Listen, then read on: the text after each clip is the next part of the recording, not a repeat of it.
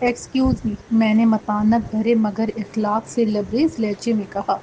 جی فرمائیے۔ استقبالیہ گرل میری جانب متوجہ ہو کے بولی۔ نہ جانے کیوں اس کے حسین چہرے پر پیشہ ورانہ مسکراہٹ مجھے زہر لگی۔ شاید میرے دل کے کسی کونے میں یہ خواہش انگڑائی لے رہی تھی کہ کاش یہ مسکراہٹ پیشہ ورانہ نہ ہوتی۔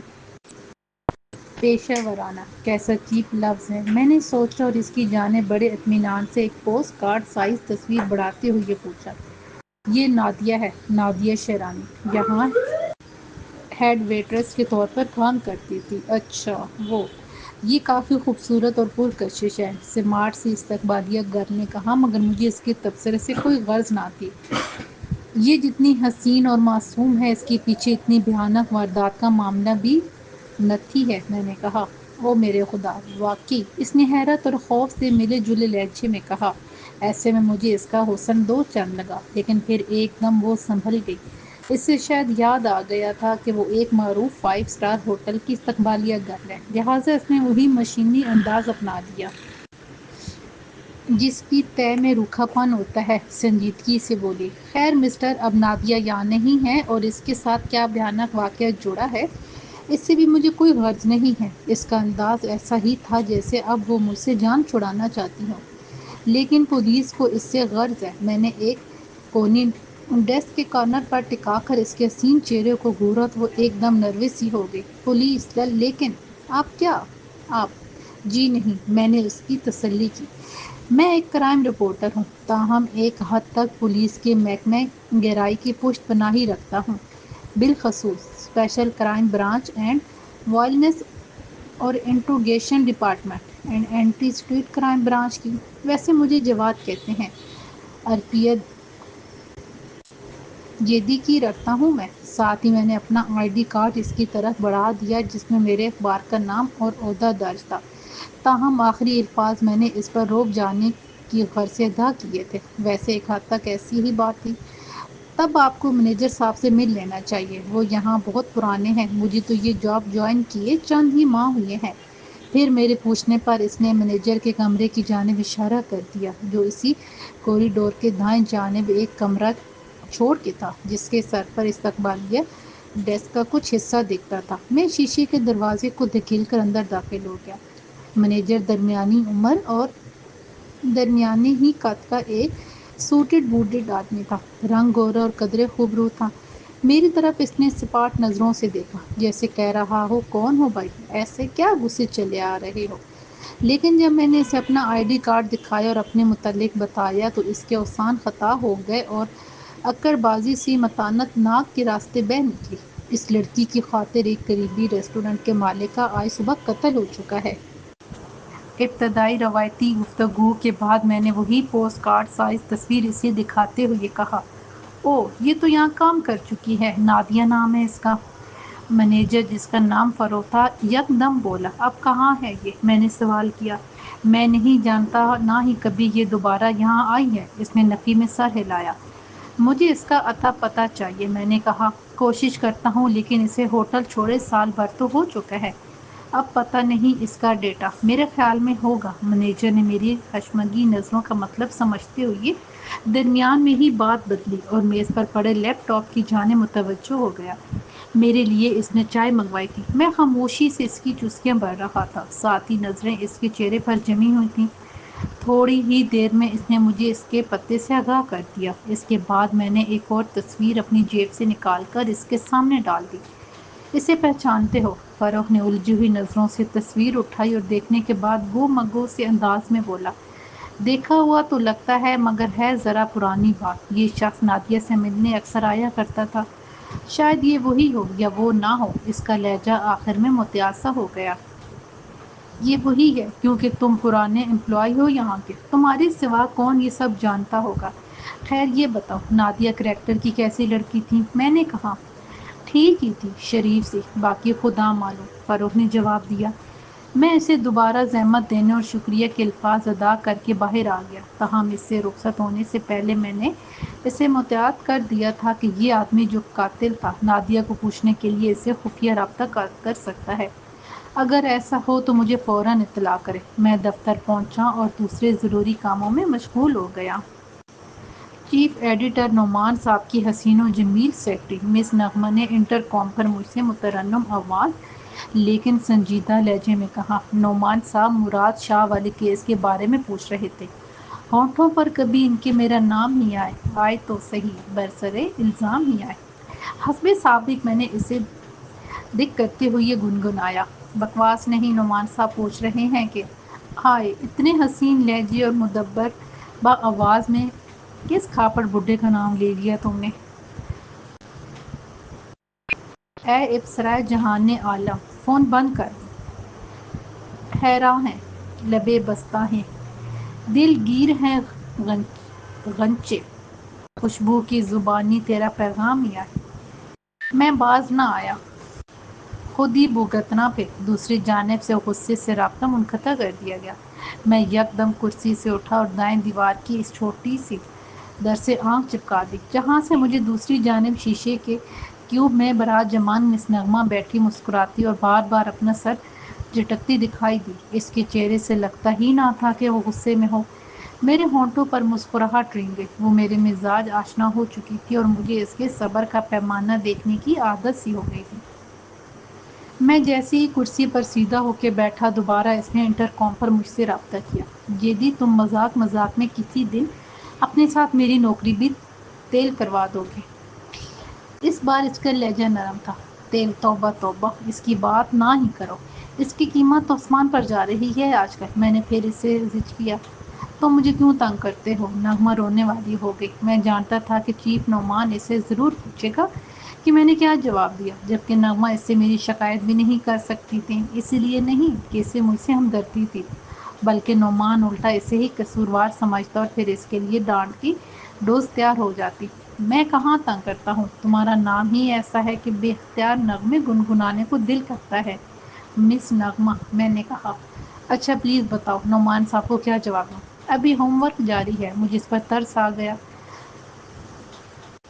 بدھ کے مڈ ویک اسپیشل ایڈیشن میں فیچر چلایا جائے گا۔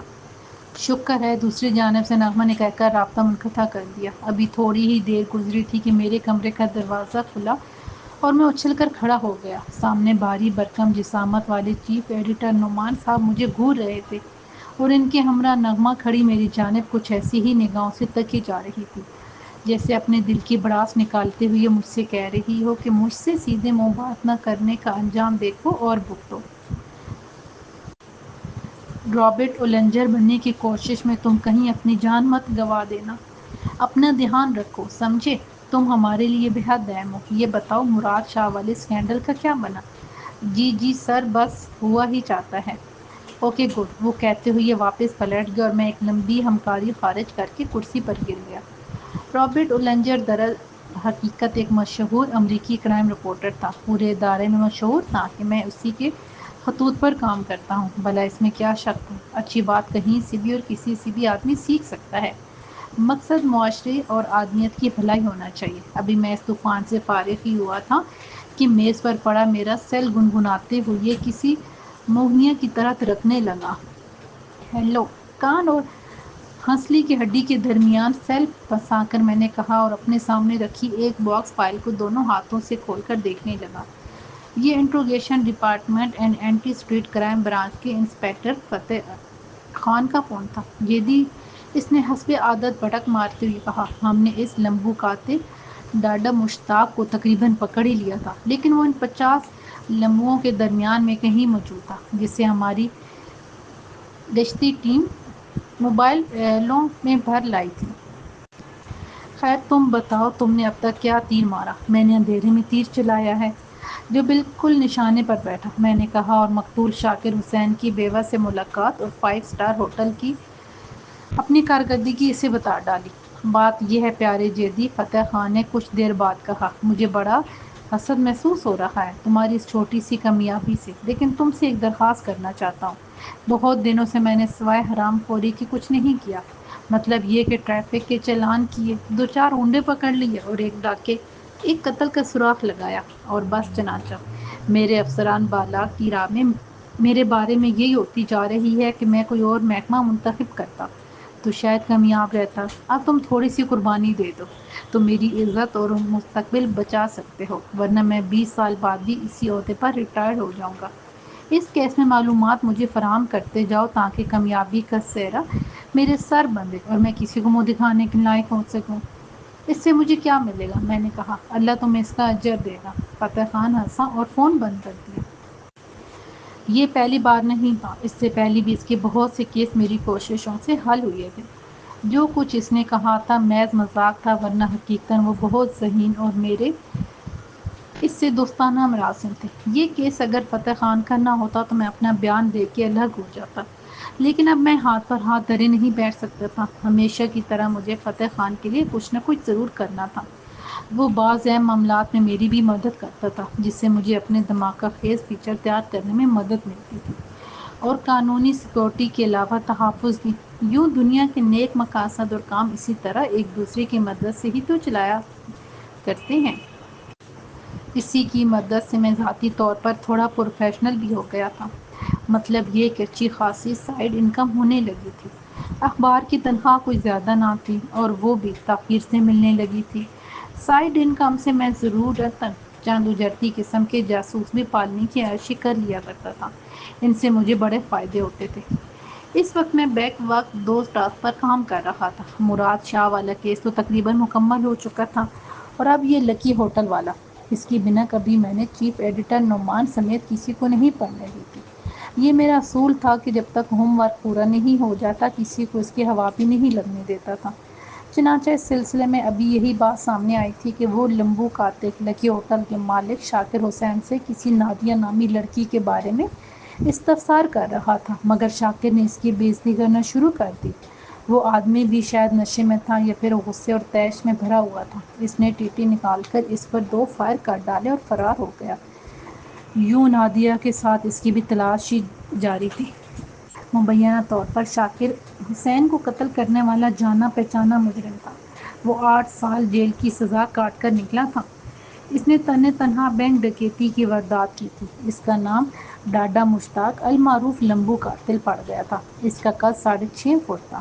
وہ بہت گرانڈ ڈیل اور طاقتور شخص تھا۔ یہ کیس جس قدر عام سا لگ رہا تھا، اس کے پیچھے مجھے اتنی ہی سنسنی خیزی محسوس ہونے لگی تھی۔ کیس تو پولیس کا تھا، مگر مجھے ظاہر ہے اپنے جرم و سزا والے کالم کا پیٹ بھی بھرنا تھا۔ القصہ وہی ہوا جس کا مجھے اندازہ تھا۔ نادیہ اس پتے پر نہیں ملی، نہ ہی اس کا کوئی دوسرا سراغ لبا سوائے ایک کامیابی کے کہ میں نادیہ کی تصویر لکی ریسٹورانٹ کے مالک مقتول شاکر حسین کی بیوہ حسنہ سے حاصل کرنے میں کامیاب ہو گیا تھا۔ بات تو حیرت کی ہے کہ نادیہ کی دوستی شاکر حسین سے اور اس کی تصویر اس کی بیوی حسنہ سے برآمد ہوئی۔ بات یوں تھی کہ جب میں ابتدائی تفتیش کے لیے مقتول شاکر حسین کے گھر گیا تو حسنہ اکیلی بیٹھی آنسو بہا رہی تھی۔ تاہم اس کی حالت ویسی نظر نہیں آ رہی تھی جیسے اچانک بیوہ ہو جانے والی عورت کی ہوتی ہے۔ اب وہ یا تو اسے تقدیر کا لکھا سمجھ رہی تھی یا پھر وہ تھی ہی مضبوط دل گردے کی مالک۔ گفتگو کے بعد اندازہ ہوا کہ موصوف و مرحوم شاکر حسین مزاجاً رنگین تھے۔ 8-10 معاش کے تو کوئی مسئلہ ہی نہ تھا، مگر نادیہ کا معاملہ زیادہ سنگین ثابت ہوا تھا، اور خیال غالب تھا کہ نادیہ ہی کے کسی دل جلے یا ناکام محبوب نے اسے قتل کر ڈالا تھا۔ شاکر کی بیوہ حسنہ نے اپنے شوہر کے کئی معاش کے بنفس نفیس خود پکڑے تھے۔ کئی محبوباؤں کی تصویریں اس کی جیب سے روپیوں سمیت بھی برآمد کی تھیں، یا یہ کہا جا سکتا تھا کہ لڑکیوں کی تصویریں اس کی جیب سے روپیوں کی صورت برآمد ہوتی رہتی تھیں۔ میری درخواست پر اس نے مجھے ان ساری لڑکیوں کی تصویر دکھائی تھی، مگر ان میں نادیہ کی کوئی تصویر نہیں تھی۔ جی ہاں، جب میں مایوس سا ہو کر وہاں سے رخصت ہونے لگا تو ایک عجیب سا واقعہ پیش آ گیا۔ وہ یوں کہ حسنہ نادیہ کی تصویر کو دراز میں چھپانے کی کوشش کر رہی تھی۔ میں نے اسی وقت جھپٹ لیا۔ میرے سختی سے استفسار پر اس نے جو بہانہ تراشا، میں اس سے مطمئن نہیں ہو پایا تھا۔ آخر اسے نادیہ کی تصویر چھپانے کی ضرورت ہی کیا تھی؟ میرے نزدیک یہ اپنی جگہ ایک الجھا ہوا اور عجیب معمہ ضرور تھا۔ یہ معاملہ بات کے لیے اور وہاں اپنا ایک اجرتی جاسوس خاور کو چھوڑ کر میں دفتر آ گیا تھا، اور میں اس نغمہ سے نونک جھونک کر کے خود کو فریش کیا تھا۔ گھر پہنچا تو سیل فون کی بیل گنگنائی۔ کرائم رپورٹر جواب۔ دوسری جانب سے کسی نے استفسار کیا۔ یہ ایک اجنبی اور بھاری مردانہ آواز تھی۔ میری دل کی دھڑکنیں یکلخت تیز ہو گئی۔ میں یہی سمجھا کسی نے مجھے دھمکیاں دینے کے لیے اپنا وقت ضائع کرنا چاہا ہے۔ میں غور کرنے لگا کہ یہ آواز کس کی ہو سکتی ہے۔ مجھے ایک کام ہے آپ سے۔ میرا نام جلال الدین ہے۔ آپ یقیناً مجھے پہچان گئے ہوں گے۔ میں گلستان غربی میں رہتا ہوں۔ یہ جگہ ضرور آپ نے دیکھی ہوگی۔ گلی ہے 12ویں اور کام کی نوعیت کیا ہے؟ میں نے کہا۔ میں اسے پہچان گیا تھا۔ وہ بائی گولڈ سمتھ کا مالک تھا۔ سونے کا تاجر۔ کچھ زیادہ معروف تو نہ تھا مگر ایک عام مختصر حوالے سے میری اس کی شناسائی رہ چکی تھی۔ مجھے کچھ لوگوں سے ایک بڑی کاروباری ڈیل کرنی ہے۔ میں چاہتا ہوں کہ تم میرے ساتھ ہو۔ مجھے حیرت ہوئی لیکن اس کی اگلی بات نے میری حیرت دور کر دی۔ دراصل میں پولیس سے بھی مدد لے سکتا تھا مگر میں تم سے خاصا متاثر ہوں۔ تم ایک بہادر کرائم رپورٹر ہو اور چلاک بھی۔ یوں بھی میں پولیس کو شامل نہیں کرنا چاہتا۔ بھلا یہ کون سا غیر قانونی کام ہے؟ ہاں، کہیں مجھ سے دھوکہ یا فراڈ نہ ہو جائے۔ اسی لیے میری نظر انتخاب تم پر پڑی، اگرچہ اس میں ایک میرے عزیز پولیس آفیسر کا ہی مشورہ ہے، لیکن میں اس کا نام بتانا نہیں چاہتا۔ کیا کہتے ہو؟ میں نے اس کی بات اور اڑچن سمجھ کے حامی بھر لی اور تھوڑی ہی دیر بعد منہ اٹھائے چل دیا۔ ایک لائسنس یافتہ بھرا ہوا میگارو پسٹل ہمیشہ میری جیب میں رہتا تھا۔ میں اتنا بے وقوف نہیں تھا کہ کسی اجنبی کے فون کرنے پر اس سے ملنے چلا جاتا، مگر جلال الدین ایک جانا پہچانا نام تھا۔ پھر تفصیلی پتے نے آدھے سے زیادہ شکوک زائل کر دیے تھے۔ بعض لوگ کسی نہ کسی حوالے سے مجھ سے ذاتی نوعیت کے کام بھی لیتے تھے، یعنی ان کے لیے چھوٹی بڑی سراغ رسانی کر کے کما لیتا تھا۔ یوں میری بھی عادت تھی، جدھر سے بھی کمائی کا ذریعہ نظر آتا میں اس میں ضرور ہاتھ ڈال دیا کرتا تھا۔ اخبار کی نوکری میں کیا رکھا تھا؟ بس ایک ساکھ برقرار تھی، نام تھا، اور اسی شہرت نے میرے آگے کے دروازے کھول رکھے تھے۔ اب پتہ نہیں یہ پیسہ کمانے کی دھن تھی یا کام کرتے رہنے کی، یا پھر لہو گرم رکھنے کی عادت۔ میں پہلے بھی ایک دو بار اس علاقے میں جا چکا تھا۔ گلستان غربی شہر کے شمال مغربی حصے میں پہاڑوں پر پھیلی ہوئی آبادی کا نام تھا۔ چھوٹے بڑے مکانات اور بنگلے نیچے سے اوپر یوں بنے ہوئے تھے کہ گڑیا گھر کی طرح نظر آتے تھے، اور ایسا محسوس ہوتا تھا کہ کسی جن نے مکانوں کو بننے کے بعد اٹھا کے اوپر رکھ دیا ہے، اور معمولی سا زلزلے کا جھٹکا بھی آیا تو یہ سارے مکانات نیچے آ گریں گے۔ ان مکانوں تک پہنچنے کے لیے پرپیچ راستوں پر سفر کرنا پڑتا ہے۔ پھر بھی کچھ مکانات سڑک سے دور رہ جاتے ہیں اور سڑک سے مکان تک پتھر کی سیڑھیاں بنی ہوئی نظر آتی ہیں۔ برکیف میں گھنٹے بھر میں وہاں پہنچ گیا اور 50 کے قریب سیڑھیاں طے کر کے ہانپتا ہوا میں جلال الدین کے دیے ہوئے پتے پر پہنچ گیا۔ اس کا مکان کوئی زیادہ بڑا نہیں مگر خوبصورت بنا ہوا تھا۔ مجھے وہاں ایک پتلی سی سڑک دکھائی دی جو نہ جانے کس طرف گھوم کے آئی تھی، اور مجھے یہ افسوس ہوا کہ اتنا فاصلہ بلا وجہ طے کیا۔ میں جب جلال الدین سے ملا تو مجھے اس کا قد اپنے آپ سے 1 انچ زیادہ محسوس ہوا۔ اس کے مہندی رنگ بال پیچھے کی طرف یوں بنے ہوئے تھے کہ ان میں لہریں نظر آتی تھیں۔ اس نے قیمتی سوٹ پہن رکھا تھا۔ بغیر میچ والی ایک ٹائی بھی پھانسی کے پھندے کی طرح اس کے گلے میں پھنسی نظر آئی تھی۔ وہ بہرحال ایک خوبرو آدمی تھا۔ اس نے مجھ سے مصافحہ کیا اور اندر لے گیا۔ 3-4 قدم اتر کر ہم ایک کمرے میں آ کر بیٹھ گئے جو بڑی نفاست سے سجایا ہوا تھا۔ قالین بہت موٹا تھا اور اس پر ریشمی گاؤ تکیے رکھے تھے۔ آخری حصے میں کوئی ڈیوائڈر ٹائپ سے فانوس کی روشنی میں چمک رہی تھی جس پر چند قیمتی اور فینسی شو پیس رکھے تھے۔ آرائشی اشیاء میں جدید مصوری اور مجسمہ سازی کے نمونے تھے جو میری سمجھ میں بالکل نہیں آئے۔ جلال الدین نے ایک امپورٹڈ سگریٹ کیس کھول کر میری طرف بڑھایا جس پر اپنا کونڈا قسم کے عضلے کی تصویر کناں تھی۔ میں نے شکریہ کہہ کر ایک سگریٹ 2 انگلیوں سے اچک لیا۔ مجھے آج رات کچھ لوگوں سے ملنا ہے، جلال الدین نے کہا۔ آپ مکان نمبر 36A میں شام 7 بجے آ سکتے ہیں۔ اس کا انحصار کام کی نوعیت، اور اس وقت اس نے ایک میوزیکل لائٹر کا شعلہ میری جانب بڑھا دیا۔ معاوضے پر ہیں؟ شکریہ۔ سگریٹ سلگانے کے ساتھ ہی میں نے جملہ مکمل کر دیا۔ معاوضہ معقول دوں گا بلکہ منہ مانگا، اس نے فراخ دلی سے کہا، اور میرا جی چاہا کہ اسے جلال الدین اکبر کہہ کر پکاروں کیونکہ یہ سودا میرے لیے اہم ہے۔ وہ لوگ یقیناً تمہیں بھی جانتے ہوں گے اور تمہاری طاقت سے بھی واقف ہیں۔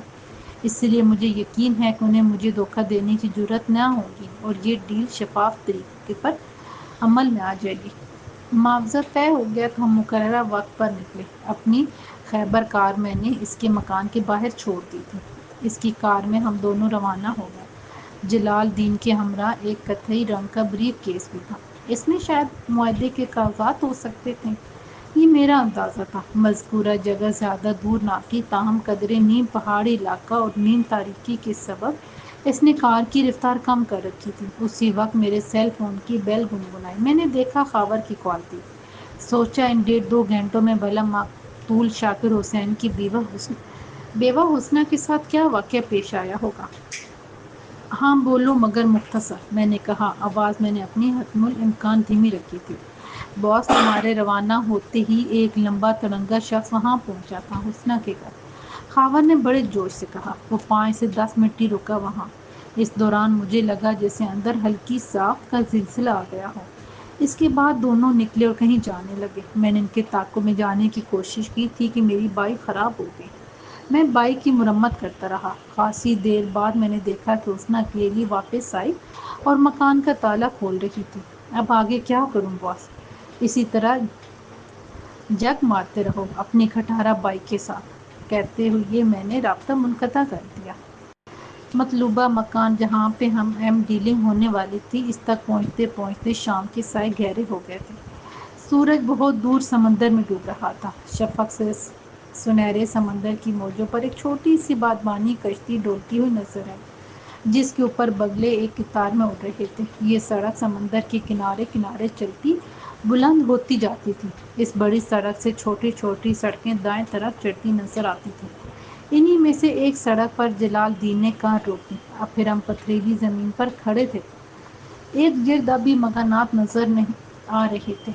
تفریح پوائنٹس کی بہتات بھی تھی اور سمندر میں موٹر بوٹ چلانے والے شوقین بھی نظر آ رہے تھے۔ ہمارے سامنے ہی ایک شیڈ بنا ہوا تھا۔ ہم باتیں کرنے یا سستانے کے لیے ایک شیڈ کے نیچے آن بیٹھے، جو ارد گرد کے رہائشیوں یا سیویو سوسائٹی نے شاید سمندر کا نظارہ کرنے کے لیے بنوائے تھے۔ دراصل میں یہاں اکیلا نہیں آنا چاہتا تھا، جلال الدین نے قدرے ہانفتے ہوئے کہا۔ اس نے اپنا بریف کیس کار میں ہی رہنے دیا تھا، لیکن میں مار دھاڑ میں بالکل صفر ہوں۔ میں نے کہا، میرے پاس تو اس وقت پسٹل بھی نہیں ہے۔ کوئی بات نہیں، اس نے کہا، شاید اس کی ضرورت نہ پڑے۔ معاملہ کاروباری ہے اور ملاقات ایک ویران مکان پر ہونی ہے، چنانچہ میں چاہتا ہوں کہ میرے ساتھ بھی کوئی ہو۔ مجھے کچھ رقم ادا کرنی ہے۔ میں چونکا اور بریف کیس کی موجودگی کا مطلب اب میری سمجھ میں آیا۔ کس سلسلے میں؟ کیا کوئی آپ کو بلیک میل کر رہا ہے؟ میرے اندر کا صحافی انگڑائی لے کر بیدار ہوا۔ مجھے کوئی بلیک میل نہیں کر سکتا، اس نے ناگواری سے کہا۔ مت بھولو کہ میں ایک سودا کر رہا ہوں۔ میں سودے کی نوعیت جاننا چاہتا ہوں، میں نے کہا، جو اس طرح رات کو چوری چوری ہوگا، کیونکہ عموماً یہ سودے قانونی نہیں ہوتے اور میں کسی غیر قانونی کانفرنس میں محض مبصرے کی حیثیت سے شریک ہونا پسند نہیں کرتا۔ ہم دونوں رک گئے۔ جلال الدین کچھ دیر مجھے غور سے دیکھتا رہا، پھر بولا، تمہارا کیا خیال ہے کہ میں اتنا بے وقوف ہوں کہ ایک مشہور صحافی کو ذاتی طور پر اس میں شامل کر رہا ہوں، جس کا کام ہی خبریں تلاش کرنا ہوتا ہے؟ ویسے کیا پتہ یہ بعد میں ایک سنسنی خیز خبر بھی بن جائے۔ خیر یہ بتاؤ، تم نے ایک پائی سائی کے جواہرات کا نام سنا ہے؟ جیڈ کی ہزارہ اقسام ہیں، یہ سب سے زیادہ نایاب اور قیمتی پتھر ہے۔ ایک خاتون جو میری دوست ہے، میں نام نہیں بتاؤں گا، اس کے پاس ایک نیکلس تھا جس میں 60 دانے تھے اور جس کی قیمت 5 سے 6 کروڑ تو ہوگی۔ ایک بار میں اس خاتون کے ساتھ کار میں کہیں جا رہا تھا کہ سامنے سے آتی ہوئی ایک گاڑی ہماری کار کو چھو کر گزری اور رک گئی۔ میں سمجھا کہ وہ لوگ معذرت کرنا چاہتے ہیں، لیکن وہ ڈاکو تھے۔ 2 گاڑی میں بیٹھے رہے اور دونوں نے خاتون کے گلے سے نیکلس اور انگوٹھیاں اتروا لیں، مگر ان میں سے ایک نے کہا کہ گھٹیا مال چھوڑ دو۔ اس کا مطلب یہ ہے کہ وہ صرف اسٹریٹ کرمنل ہی نہیں بلکہ جوہر شناس تھے۔ اس میں کوئی شک نہیں کہ اتنے قیمتی نیکلس کو یوں گلے میں ڈالے پھرنا خطرہ مول لینے کے مترادف تھا، لیکن لوٹنے والوں میں سے ایک نے انہیں مشورہ دیا کہ ہم پولیس اور انشورنس کمپنی کے چکر میں نہ پڑیں اور ان کا پیغام کا انتظار کریں، ورنہ ہار کبھی نہیں ملے گا۔ ان کا کہنا غلط نہیں تھا، انشورنس کی رقم جواہرات کا بدل نہیں ہو سکتی تھی، اور پولیس تو خیر ایسی چیزوں کا سراغ لگا ہی نہیں سکتی۔ یہ بالکل ناممکن اور بعید از قیاس بات ہے۔ چنانچہ ہم انتظار کرتے رہے۔ اگلے روز پیغام ملا کہ 2 کروڑ روپے ادا کر کے نیکلس واپس لیا جا سکتا ہے۔ صرف 2 کروڑ؟ میں نے حیرانی سے پوچھا۔ مگر بقول آپ کے وہ تو اتنا قیمتی تھا۔ میں جملہ پورا نہ کر سکا۔ میں نے سوچا کہ ایسی چوری شدہ بیش قیمتی چیزوں کے فروخت کون سا آسان کام ہے۔ وہ شاید جوا کھیل رہے تھے۔ ان کے لیے 2 کروڑ بھی کیا کام تھے مفت کے۔ کام تو انہوں نے ماہروں والا کیا تھا، تو سودے بازی میں اتنی اناڑی پن کا ثبوت کیوں دیا؟ یک میں نے محسوس کیا کہ جلال الدین کچھ نروس اور خوف زدہ سا ہو گیا ہے۔ کیا بات ہے، آگے چلا جائے؟ میں نے پوچھا، مگر اس کا دھیان کہیں اور تھا۔ وہ شاید تھوڑی دیر آرام سے بیٹھ کر مجھے پوری بات بتا دینا چاہتا تھا۔ اسے احساس ہو گیا تھا کہ مجھے صراحت سے آگاہ کر دینے میں ہی عافیت ہے۔ یوں مجھے تھوڑی دیر بیٹھے رہنے پر کوئی تعارض نہ ہوا۔ وہ آگے بتانے لگا، 2-3 دن فون پر بات چیت کے بعد آج وقت اور مقام بھی طے ہو گیا ہے۔ انہوں نے کہا ہے کہ تم اکیلے آؤ گے۔ آخری وقت میں آپ کو کیسے یہ خیال آ گیا کہ کسی محافظ کا ہونا ضروری ہے، اور پھر میرا انتخاب؟ میں نے پوچھا۔ تمہیں یاد ہوگا ایک دن تم میری دکان پر آئے تھے، تمہارے دفتر کے ساتھی نے کچھ خریدنا تھا، وہیں میرا تم سے تعارف ہوا، اور پھر میں نے تمہارے بارے میں چھان بین کی، تمہیں ایک بہادر اور با اثر شخص کے روپ میں پایا۔ یوں میں نے بھی سوچا تھا کہ اس طرح کا کوئی کام تمہارے جیسا سراغ رساں ٹائپ کرائمر رپورٹر ہی دے سکتا ہے، اور میں نے سنا ہے کہ تم ذاتی آمدن کے لیے بھی ہر طرح کا کام انجام دینے کے لیے تیار رہتے ہو۔ برکیف انہیں کچھ معلوم نہ ہونے پائے، وہ سمجھیں کہ میں اکیلا ہوں۔ میں نے پرسوچ انداز میں اپنے ہونٹ بیچ لیے۔ نہ جانے کیوں مجھے اب اس کی باتوں میں کسی گڑبڑ کی بو آ رہی تھی۔ میں مزید محتاط ہو گیا۔ میں نے اسے یہ تو جھوٹ ہی کہا تھا کہ میرے پاس پستول نہیں ہے۔ مجھے لگا جیسے یہ مجھے استعمال یا کہیں کھپانے کا ارادہ رکھے ہوئے ہے۔ یہ ایک خیال بھی آیا کہ یہ خبر یہ اس خاتون کی مدد کرنا چاہتا ہو اور وہ اس کی منظور نظر ہو۔ وہ آگے بولا، تم کار کی ڈگی میں چھپ جاؤ۔ ڈگی؟ اگر ڈگی میں جانا ہے تو تم جاؤ گے اور میں گاڑی چلاؤں گا۔ اندھیرے میں انہیں ایک ہی آدمی نظر آئے گا۔ اگر انہوں نے شرافت سے 2 کروڑ لے کر نیکلس واپس کر دیا تو تمہاری جگہ سودا میں کر لوں گا، لیکن اگر ان کے عزائم کچھ اور ہیں تب بھی تمہارے مقابلے میں میرے بچنے کے امکانات زیادہ ہیں، کیونکہ میں ایسے لوگوں سے ملتا رہتا ہوں۔ اگر تمہیں یہ شرط منظور نہیں ہے تو، کہتے ہوئے میں نے دانستہ جملہ ادھورا چھوڑ دیا۔ اس نے تھوڑی دیر بعد اپنے سر کو استنباطی جنبش دی اور بولا، ٹھیک ہے، اس سے کوئی فرق نہیں پڑتا۔ مجھے ویسے کسی فریب کی امید نہیں ہے۔ یہ سب محض حفظ تقدم کے ماتحت ہے۔ ایک آخری بات، میرا معاوضہ 20 لاکھ ہوگا، اور وہ بھی ایڈوانس۔ جانتا ہوں یہ جگہ اور یہ وقت اس طرح کے معاملات طے کرنے کے نہیں، لیکن اگر تم مجھے یہ ساری صراحت اپنے گھر میں ہی بتا۔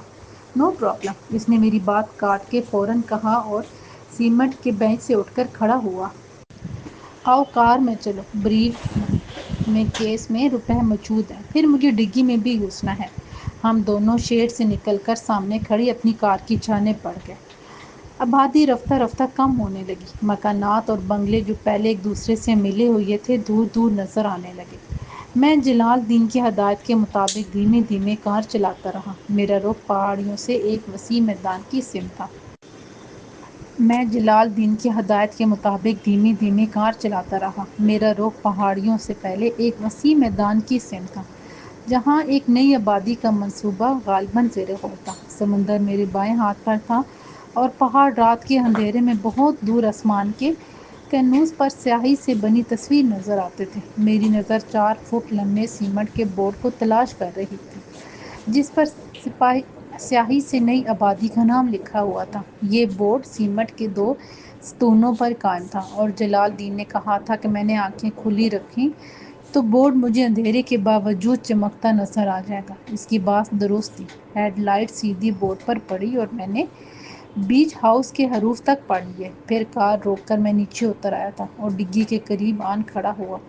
چند سیکنڈ منتظر رہا کہ کوئی آواز یا بائیں ہاتھ کی جھاڑیوں میں سے کوئی نمودار ہو، لیکن وہاں ایک گہرا ٹوٹ سناٹا تھا، جس میں دور سمندر کی لہروں کے شور سے کوئی فرق نہیں پڑتا تھا۔ جلال الدین، میں نے زور سے کہا، یہاں تو کوئی بھی نہیں۔ اس نے اندر سے مجھے انتظار کرنے کی ہدایت دی۔ میں نے بونٹ پر بیٹھ کر سگریٹ سلگانی۔ میں غور کر رہا تھا کہ وعدے کے باوجود کسی کے نہ آنے کا کیا مطلب نکالا جا سکتا ہے۔ میرے سامنے 100 گز کے فاصلے پر جھاڑیوں کا ایک جھنڈ سا تھا۔ بائیں طرف 1 میل کے فاصلے پر ایک ہوٹل کی روشنی کھڑکیاں یوں نظر آتی تھیں جیسے سمندر میں کوئی مسافر بردار جہاز لنگر انداز ہو۔ میں نے اندازہ لگایا کہ اس ہوٹل کی کھڑکی سے کوئی بھی شخص ہماری نقل و حرکت پر نظر رکھ سکتا ہے، بشرطے کہ اس کے پاس اچھی قسم کے نائٹ گلاس یا پھر انفراریڈ دوربین ہو۔ شاید اس نے کار کی ہیڈ لائٹس دیکھی ہوں جو ٹھیک جگہ پر پہنچ کے بند ہو گئی تھیں، اور پھر میرے سگریٹ کو سلگانے والا ننھا سا شعلہ دیکھا ہو اور اب مجھے دیکھ رہا ہو۔ اتنی دور سے صورت کا شناخت کرنا محال ہے۔ وہ مجھے جلال الدین ہی سمجھیں گے۔ 20 منٹ بعد میں مایوس ہونے لگا تھا کہ مجھے جھاڑیوں کے پیچھے ایک نظر ڈالنے کا خیال آیا۔ میں آہستہ آہستہ چلتا ہوا اس جھنڈ کے قریب پہنچا اور اپنا میگارو پستول نکالنے کے لیے بالکل مستعد رہتے ہوئے جھاڑیوں میں غور سے دیکھتے ہوئے آگے چلنے لگا۔ 2 کروڑ کی رقم میں نے 5 کی گڈیوں کی صورت پہلے سے ہی ترتیب دے کر اپنے لباس کی مختلف جگہوں پر مضبوطی سے پنسار رکھی تھی۔ پستول البتہ بیرونی جیب میں موجود تھا تاکہ بروقت نکالنے میں متعلق دشواری نہ ہو۔ ایک چکر لگانے کے بعد میں پھر کار کی طرف بڑھا۔ یہاں کوئی نہیں ہے جلال الدین، میں نے کار کی ڈگی کے پاس آ کر کہا، اور یہی وہ وقت تھا جب کسی نے بھاری شے سے میرے سر کے عقبی حصے کو نشانہ بنایا تھا۔ پھر مجھے کچھ ہوش نہ رہا۔ جب مجھے ہوش آیا تو آہستہ آہستہ میری نظروں کے سامنے آسمان پر پھیلے ہوئے ستارے روشن ہونے لگے۔ پھر مجھے احساس ہوا کہ میں اس فرش خاک پر لیٹا ہوں، لیکن کسی قبر میں نہیں، بلکہ اسی جگہ موجود ہوں جہاں میں کسی ندیدہ دشمن کا انتظار کرتا رہا تھا۔ لیکن اب وہاں وہ کار موجود نہیں ہے جس سے ڈرائیو کر کے میں خود اس انجام سے دوچار ہونے کے لیے یہاں پہنچا تھا۔ میری جیب سے 2 کروڑ کی گڈیاں بھی غائب تھیں، اور یہ بات تو میں نے لیٹے لیٹے ہی محسوس کر لی تھی۔ البتہ میرے پستول کو کسی نے ہاتھ نہیں لگایا تھا، جس کا مطلب یہ تھا کہ مجھ پر حملہ کرنے والے کا مقصد مجھے مارنا بہرحال نہیں تھا۔ میں ہمت کر کے اٹھا اور جھولتا ہوا اپنے پیروں پر کھڑا ہو گیا۔ جب آسمان کی گردش رک گئی اور میرے قدموں کے نیچے کی زمین ساکت محسوس ہونے لگی تو میں نے ایک قدم آگے بڑھایا۔ جلال الدین کی بات مجھے شروع ہی سے کھٹکتی تھی، اور یہ اندیشہ برابر میرے ذہن میں تھا کہ سمجھ میں نہ آنے کے باوجود یہ معاملہ خطرناک ثابت ہو سکتا ہے، لیکن خطرے کی نوعیت کا اندازہ لگانا تو اب بھی مشکل ہی تھا۔ میں آہستہ آہستہ چلتا ہوا درختوں اور جھاڑیوں کی جھنڈ تک گیا جس کا ایک چکر میں پہلے بھی لگا چکا تھا، اور اسی چکر کا نتیجہ یہ نکلا کہ دوسری طرف کوئی شخص تاریکی کا فائدہ اٹھاتے ہوئے کار اور میرے قریب آ گیا تھا۔ یوں میں نے ایک طرح سے کار کی ڈگی میں موجود جلال الدین کی موجودگی کا راز بھی فاش کر دیا تھا۔ اچانک جلال الدین کی کار میرے سامنے آ گئی، جھاڑیوں کے اوٹ میں خاموش کھڑی اور اندھیرے میں اپنی چمکیلی سطح سے ہلکی سی روشنی کو منعکس کرتی ہوئی۔ میں رک گیا اور کسی آواز کا انتظار کرنے لگا، لیکن ہر طرف وہی پہلے جیسے خاموشی تھی۔ میں نے اپنا پستول نکالا اور دبے پاؤں آگے بڑھا۔ کار کے پیچھے والے شیشے سے اندر کچھ نظر نہیں آ رہا تھا۔ میں نے سائیڈ کی کھڑکی سے دیکھا، اندر کوئی نہیں تھا۔ تب دروازہ کھول کر میں نے پین ٹارچ کی روشنی میں سیٹوں کا معائنہ کیا، مگر سیٹوں پر آگے پیچھے مزاحمت کے آثار تھے اور نہ کوئی نشانہ۔ میں نے جلال الدین کو پکارا اور گاڑی میں لگی ہوئی چابی نکال کر ڈگی کھولی۔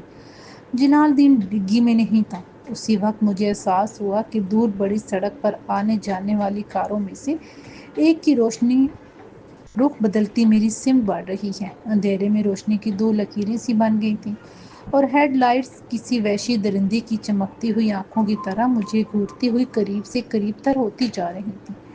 میں یکدم کار کے پیچھے لیٹ گیا اور پستول کو فائر کرنے کے لیے تیار کر لیا۔ کار بالکل قریب آ کر جلال الدین کی کار سے چند انچ کے فاصلے پر رک گئی۔ اس کی ہیڈ لائٹس نے پورے جنگل کو روشن کر دیا تھا۔ پھر دروازہ کھول کے کوئی نیچے اترا۔ جو بھی نیچے چھپا ہوا ہے ہاتھ اٹھا کے سامنے آ جائے، کسی لڑکی نے اونچی آواز میں کہا، ورنہ میں گولی مار دوں گی۔ مجھے تمہارے پاؤں صاف نظر آ رہے ہیں؟ آواز نوجوان تھی اور لہجے میں وہ سختی نہیں تھی جو سچ مچ گولی مارنے والوں کی آواز میں ہوتی ہے۔ صاف معلوم ہوتا تھا کہ کوئی سٹیج ایکٹر نکلی پستول کے ساتھ اپنے مکالمے دہرا رہا ہے۔ میں اٹھ کھڑا ہوا۔ مجھے اپنے سامنے 20-22 برس کی ایک حسین لڑکی نظر آئی جس کے ہاتھ میں اصلی پستول تھا، لیکن آنکھوں میں قتل کے ارادے کی بجائے حیرت تھی۔ میرا خیال ہے کہ آج تک تم نے صرف دھمکیاں ہی دی ہیں، میں نے کہا۔ حسین لڑکی کو دیکھ کر میری دل پھینک قسم کی طبیعت اور رگِ ظرافت بھڑک اٹھی۔ اس پستول سے کسی کو قتل بھی کیا ہے؟ تم کون اور یہاں کیا کر رہے ہو؟ وہ بولی۔ کیا تم زخمی ہو؟ یس میڈم، میں نے کہا۔ جب گیدڑ کی موت آتی ہے تو وہ شیر کرتا ہے، لیکن جب مجھے جیسے سراغ رساں کرائم رپورٹر کی شامت آتی ہے تو وہ کسی اجنبی کے ساتھ ویرانے میں آن پھنستا ہے۔ میرا نام جواد جیدی ہے۔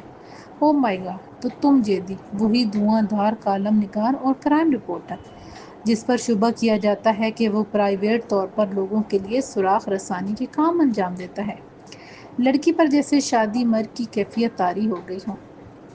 ویسے مجھے کم ہی لوگ جانتے تھے یہ لڑکی۔ مجھے لگا کہ اس کا کسی اخبار یا لکھنے لکھانے سے کوئی تعلق بنتا ہے۔ اس کی میری شخصیت پر گہری نگاہ تھی۔ لڑکی نے فوراً پستول گاڑی میں ڈال دیا۔ اور میرا نام مغفرہ ہے، لیکن لوگ مجھے آسانی کے لیے فری کہتے ہیں۔ کیا اس اجنبی کے بال مہندی رنگ کے ہوئے تھے جس کے ساتھ تم آئے تھے؟ میں نے اقرار میں سر ہلایا۔ اسی طرح اس نے جلال الدین کا لباس بھی گنوا دیا۔ میرے ساتھ آؤ، کسی نے اسے مار دیا ہے۔ یہاں آتے ہوئے مجھے اس کی لاش پڑی نظر آئی تھی۔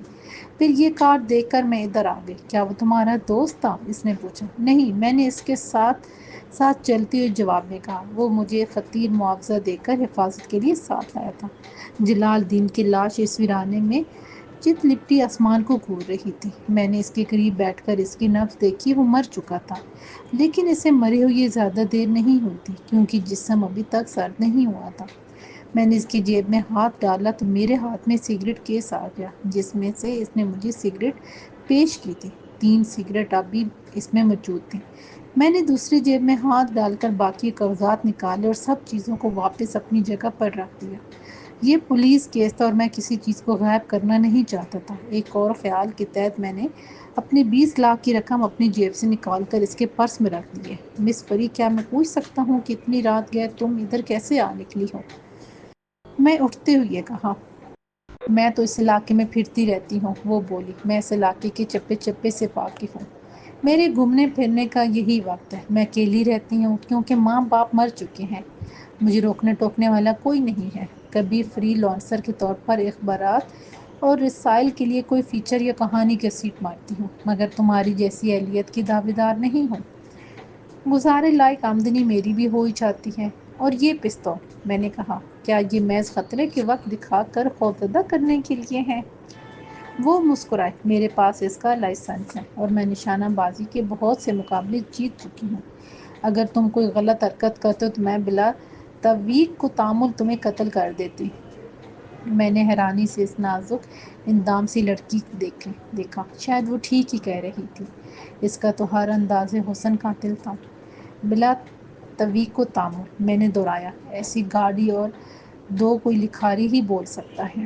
میں مسکرایا۔ مجھے یقین آ گیا کہ تم ایک لکھاری بھی ہو۔ شکریہ۔ اب تو میرے ساتھ چلو، وہ بولی۔ میرے گھر سے تم پولیس کو فون بھی کر دینا، یہاں سگنلز کا ایشو ہو رہا ہے۔ میری کوئی کال بھی نہیں لگ رہی ہے۔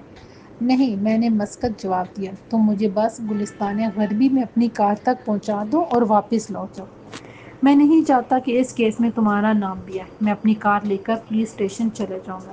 لیکن اس حالت میں تم ڈرائیونگ کیسے کرو گے؟ وہ تشویش سے بولی۔ اگر مجھ میں ڈرائیونگ کی ہمت نہ ہوتی تو میں یہ خطرہ کبھی مول نہ لیتا، لیکن میں ٹھیک ہوں، میں نے کہا۔ آدھے گھنٹے بعد مجھے اپنی کار نظر آئی جو گلستان غربی میں جلال الدین کی رہائش گاہ کے باہر گیراج کے قریب کھڑی تھی۔ مغفرہ کی کار سے اتر کر میں نے اپنا کارڈ نکال کر اس کی طرف بڑھایا۔ آج کی مدد کا شکریہ۔ میں اس طرح ہی ادا کر سکتا ہوں کہ تمہیں کل میری ضرورت پڑے تو میں عملی طور پر کچھ کر سکوں۔ ویسے میں گیا وقت نہیں ہوں کہ پھر کبھی نہ آ سکوں، اور اگر بلا ضرورت ملنا ہو تو کیسے ملوں؟ اس نے کارڈ جیب میں رکھ لیا اور مسکرائی۔ میں نے اپنا سیل فون نمبر اور پتہ بتایا اور وہ کار کو نیم دائرے میں موڑ کر چند سیکنڈ میں نظروں سے اوجھل ہو گئی۔ میں بہادر گڑھ کے پولیس اسٹیشن پر جلال الدین کی مرگ ناگہاں کا فسانہ 4 مرتبہ سنانے کے بعد زندگی سے بیزار بیٹھا تھا۔ حقائق وہی تھے چنانچہ پولیس کے چاروں افسروں کو بڑی مایوسی ہوئی تھی کہ وہ میری بات میں سکم نہ نکال سکے، بالخصوص انسپکٹر جمشید اور اس کا لیگل سب انسپکٹر مشتاق۔ ان دونوں کو یوں بھی مجھ سے خدا واسطے کا بیر تھا۔ فتح خان اور عمران شاہ موجود نہ تھے، ورنہ میری جان جلتی چھوٹ جاتی۔ باقی دو تو اٹھ گئے تھے، مگر یہ دونوں جو میرے سخت مخالف تھے جمے رہے اور مجھے گھیرنے کی ناکام کوشش کرنے لگے۔ عجیب بات یہ ہے کہ جو شخص 3-4 روز تک اکیلا ہی نیکلس کا سودا کرتا رہا، انسپکٹر جمشید نے معاملے کو نیا انداز دینے کی کوشش کرتے ہوئے کہا، اس نے آخری وقت میں ایک اجنبی پر اس حد تک اعتماد کر لیا۔ کیا اسے کسی نے بھیجا تھا تمہارے پاس؟ اس نے خود ہی رابطہ کیا تھا مجھ سے۔ میری شہرت کا اسے علم تھا اور چند ہی روز پہلے میں اپنی کسی عزیزہ کے ساتھ اس کی جیولری شاپ پر گیا تھا۔ تو وہیں اسے تھوڑا بہت تعارف ہو گیا تھا، میں نے جواب دیا۔ تو گویا تم کالم نویسی اور کرائم رپورٹنگ کے ساتھ سراغ رسانی بھی کرنے لگے۔ جمشید کا لہجہ کاٹدار تھا۔ دونوں چیزیں لازم و ملزم ہیں۔ میز پر انہوں نے جلال الدین کی جیبوں سے برآمد ہونے والا سامان رکھا ہوا تھا۔ چھڑی کی نوک سے ایک کارڈ کو اس نے الگ کیا اور میری طرف کھسکا کر تیز نظروں سے میری جانب گھورتے ہوئے بولا، جلال الدین کی جیب سے برآمد ہونے والا سامان میں تمہارا کارڈ بھی تھا۔ میں نے کارڈ اٹھا کر دیکھا اور واپس رکھ دیا۔ کارڈ تو میرا ہی ہے، مجھے نہیں معلوم اسے کس نے دیا۔ ویسے میں موقع محل دیکھے بغیر ہر جگہ اپنا کارڈ بانٹتا پھرتا ہوں، مقصد پبلسٹی۔ میں مسکرایا، لیکن تفتیشی افسر جمشید کٹیلی نظروں سے مجھے گھورتا رہا، پھر بولا، اس نے تمہارے پاس 2 کروڑ کی رقم رکھوائی تھی، کیا تم ثابت کر سکتے ہو کہ وہ رقم واقعی جلال الدین کے قاتل لے گئے؟ اس نے لفظ واقعی پر زور دیا۔ نہیں، اسی طرح جیسے تم یہ ثابت نہیں کر سکتے کہ وہ رقم میں نے ہضم کر لی، میں نے پورے سکون سے کہا۔ اس نے خشمگین نظروں سے مجھے گھورا۔ میں نے کوئی پرواہ نہ کی۔ وہ یقیناً پولیس میں میری بیک سپورٹ سے واقف تھا، ورنہ اس کے گھورنے کا انداز ایسا تھا جیسے مجھے الٹا لٹکانا چاہتا ہوں۔ صورتحال یہ ہے کہ تم کو جلال الدین اور جلال الدین کو کسی خاتون کی ایجنٹ کی حیثیت سے ان ڈاکوؤں سے 2 کروڑ دے کر ان سے تقریباً 5 کروڑ کا مال واپس لینے کے اختیارات حاصل ہوئے تھے، جمشید نے کہا۔ لیکن خاتون نے خود پس پردہ رہنا پسند کیوں کیا؟ وہ خود بھی تو تمہاری خدمات حاصل کر سکتی تھی، بقول تمہارے، تم خاصے مشہور ہو۔ اب اتنا بھی نہیں، میں نے کہا۔ ویسے اس سوال کا جواب تو وہی خاتون افلاطون ہی دے سکتی ہے جس کی وجہ سے یہ سارا کھڑاک پیدا ہوا، مگر میرا خیال کچھ اور ہے، جمشید نے کہا۔ جلال الدین وہ 5 کروڑ ہضم کرنا چاہتا تھا جس کی اسے سزا ملی۔ اس کے لیے جلال الدین کو یہ ڈرامہ کرنے کی کیا ضرورت تھی؟ میں نے حیرانی سے کہا۔ جواد جیدی، جلال الدین اس ڈیل کے لیے تنہا جانا چاہتا تھا، جمشید بولا۔ آخری وقت میں اس نے سوچا کہ اگر تم بھی ساتھ ہو تو کوئی مضائقہ نہیں۔ کسی نے کہا ہوگا کہ تم قابل اعتماد ہو۔ معاملہ اس کے ہاتھ دے اس ہاتھ سے لینے والا تھا اور اسے یقین تھا کہ جو لوگ یہ کاروبار کرتے ہیں وہ بدعہدی نہیں کرتے، چنانچہ وہ چھپا رہا۔ تمہارے مشورہ دینے سے قبل اس کے ذہن میں یہ خیال ہوگا کہ 20 لاکھ دے کر کسی اور کو ڈھال بنا لے۔ خطرے کے امکانات اگر 1% بھی ہوں تو اس کے لیے نہ ہوں گے۔ تم اسے مشورہ نہ دیتے تو کچھ دیر بعد وہ یہی تجویز خود پیش کر دیتا۔ اس کا تحمل کرنا محض اداکاری ہوگا۔ تم پر وا کرنے والا وہ خود تھا۔ میں ذہانت کے اس مظاہرے پر دنگ ہوں، میں نے کہا۔ مجھ سے رقم چھین کے وہ 100 گز گیا اور اپنی اس حرکت پر اتنی شرمندگی ہوئی اور ضمیر نے اتنی ملامت کی کہ اس نے پھر خودکشی کر لی۔ واہ، عظیم آدمی تھا وہ۔ شٹ اپ، جمشید بولا۔ اس کے ساتھ کوئی اور بھی تھا۔ وہ رقم آپس میں تقسیم کر لیتے اور اس ڈرامے کے بعد کسی کو جلال الدین پر کبھی شک نہ ہوتا کہ اس نے خاتون سے 5 کروڑ ٹھگنے کے لیے ہار کی واپسی کا پورا قصہ گڑھا۔ تم گواہ ہو کہ حملہ واقع ہوا تھا۔ جلال الدین بھی تمہاری طرح کچھ دیر بعد کپڑے جھاڑ کر اٹھ کھڑا ہوتا اور تمہارے ساتھ ہی پردے غیب سے نمودار ہونے والی حسینہ کی کار میں واپس آ جاتا۔ لیکن لالچ بری بلا ہے۔ جلال الدین کے ساتھی نے تمہیں اتنا ہی مارا کہ پھر جی اٹھو، کیونکہ اس کی تم جیسے اجنبی سے کوئی دشمنی نہ تھی کہ تمہیں قتل کرتا۔ لیکن جلال الدین کو تو اس نے خلاف وعدہ یوں مارا کہ قیامت سے پہلے نہ اٹھ سکے۔ وہ عادی کو چھوڑ پوری کو گیا اور پوری اس سے مل گئی۔ یہ بات محاورے کے خلاف تو ہے مگر دل کو لگتی ہے، میں نے اعتراف کیا۔ غیبی امداد کے طور پر فراہم ہونے والی اس حسینہ کی کار کا نمبر اور رنگ کیا تھا؟ اس کے ساتھ ہی لیگل سب انسپیکٹر مشتاق نے کہا۔ میں نے سر پر ہاتھ مارا۔ یہ تو عملی طور پر وہی لطیفہ ہو گیا، یعنی میں نے سب کچھ دیکھ لیا تھا۔ اس کی آنکھوں کا رنگ، زلف و پیراہن، ہینڈ بیگ، جوتوں اور لپسٹک کا رنگ، بس کار کا نمبر اور رنگ رہ گیا۔ سوری، میں اہم موقعوں کی طرح مسکرا دیا۔ آپ کہتے ہیں کہ جلال دین کی کسی چیز کو آپ نے نہیں چھیڑا تھا؟ انسپیکٹر جمشید نے سامان میں سے سگریٹ کیس کو چھڑی کی نوک سے علیحدہ کیا اور میری طرف دھکیلا۔ یہ تو دیکھا ہے آپ نے، کیا یہ درست نہیں ہے؟ میں نے تھوڑے تامل کے بعد کہا۔ دراصل یہ حماقت سرزد ہو گئی تھی مجھ سے۔ پہلے میں نے سوچے سمجھے بغیر تلاشی لینا چاہی تھی، کچھ اپنے پیشے میں ایسی عادت بھی پڑ گئی ہے۔ پھر میں نے مناسب سمجھا کہ یہ کام پولیس کو کرنے دوں۔ اس میں کتنے سگریٹ تھے؟ جمشید نے پوچھا۔ جلال دین نے گھر پر مجھے یہ سگریٹ پیش کیے تھے، ایک اس نے اور ایک میں نے پیا تھا، باقی 3 رہ گئے تھے۔ راستے میں اس نے کوئی سگریٹ نہیں پی، اس کے لیے ممکن ہی نہیں تھا کہ ڈگی میں کوئل کی طرح لیٹ کر سگریٹ نوشی کرتا، چنانچہ اب بھی 3 ہی ہونے چاہیے۔ میں نے پوری یقین کے ساتھ کہا، پھر اس کے اشارے پر سگریٹ کیس کھولا، اس میں اب ایک بھی سگریٹ نہیں تھا۔ مجھے اچھی طرح یاد تھا کہ مغفرہ کے ساتھ جب میں نے جلال دین کے کپڑوں کی تلاشی لی تھی تو تینوں سگریٹ موجود تھے۔ کیا اس کا مطلب یہ ہے کہ وہ سگریٹ مغفرہ لے گئی؟ اس کے آنے کا یہی مقصد تھا؟ غور سے سگریٹ کیس کی طرف دیکھو، کتھئی اور سیاہی مائل رنگ کے صفوف کے چند ذرے بھی آپ کو نظر آ جائیں گے، جمشید نے کہا۔ میں نے حیرانی سے سگریٹ کیس اٹھا کر سونگھا۔ چرس، میں نے بو سے اندازہ لگا کے کہا۔ جمشید نے تائید میں سر ہلایا۔ تم نے دیکھا جدی، یہ معاملہ اب کسی سکینڈل، اخباری کالم اور سراغ رسانی کا نہیں رہا۔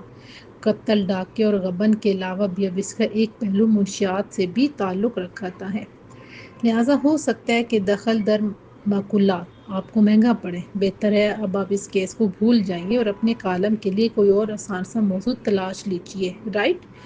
غلط کہنے کی گنجائش بالکل بھی نہ تھی، چنانچہ میں رائٹ کہہ کر باہر نکل آیا۔ گھر پہنچ کر میں نے غسل کیا، کافی پی اور پٹیوں میں لپٹے سر کو احتیاط سے تکیے پر رکھ کر چھت کو گھونٹنے لگا۔ مجھے جلال دین کا خیال آیا جو کل شام تک میری طرح زندگی کے احساس سے بھرپور تھا، اب قیدی زمان و مکان سے بے نیاز، مردہ خانے کی بے حس سرد دیواروں کے اندر کسی کیبنٹ میں بند تھا۔ یک جانے کیوں اس کے بارے میں سوچ کر میرے اپنے جسم میں سردی کی ایک لہر سی دوڑ گئی۔ جو آج اس کے ساتھ ہوا، کل کسی کے ساتھ نہیں ہو سکتا۔ تصور کی آنکھ سے میں نے خود کو بھی ایک سرد خانے میں لیٹا ہوا دیکھا اور میرے جسم میں حریری سی دوڑ گئی۔ اسی وقت موبائل کی گھنٹی بجی تو میں چونک پڑا۔ میں نے ماتھے سے پسینہ صاف کیا اور سیل اٹھا کر کان سے لگایا۔ باس، دوسری جانب سے انسپیکٹر فتح خان حسب عادت بڑے جوش سے بولا۔ یار اس مرتبہ تو میں نے اسے پکڑ ہی لیا، سالار پہاڑ کی اولاد، لمبوداد 9 میل کی رفتار سے گاڑی چلاتا ہوا پائن آباد جا رہا تھا میلہ دیکھنے۔ گرفتار ہونے سے پہلے اس نے 5 سپاہی لٹا دیے اور 3 کے ڈنڈے اس کے سر پر ٹوٹ گئے۔ میں نے کوئی درجن بھر مقامات بنا دیے ہیں اس پر، لیکن افسوس یہ کہ وہ پھر غلط آدمی نکلا، یعنی وہ اصل لمبو دادا نہیں تھا، یعنی ڈاڈا مشتاق نہیں تھا وہ۔ میں بیزار سا ہونے لگا۔ نہیں، تمہیں کوئی کامیابی ملی؟ اس نے پر امید لہجے میں پوچھا۔ خاصی سے زیادہ۔ میں نے ایک قتل اور کروا دیا ہے، چنانچہ کیس کی تفتیش سے جمے دودھ کی مکھی کی طرح نکال دیا گیا ہوں۔ یہ کہتے ہوئے میں نے رابطہ منقطع کر دیا۔ اسی وقت دروازے پر دستک ہوئی تو میں چونک پڑا اور احتیاط سے اٹھتے ہوئے تکیے کے نیچے سے میگارو نکال کر ہاتھ میں پکڑ لیا۔ میجی کائی میں دیکھا تو بے اختیار میرے منہ سے طمانینت بھری سانس خارج ہو گئی۔ فرشتہ غیب کی طرح نازل ہونے والی مس مغفرہ المعروف فرید میرا دروازہ کھولتے ہی مسکراتی ہوئی اندر داخل ہو گئی اور پرانے مہربانوں کی طرح قریبی صوفے پر بیٹھک جما لی۔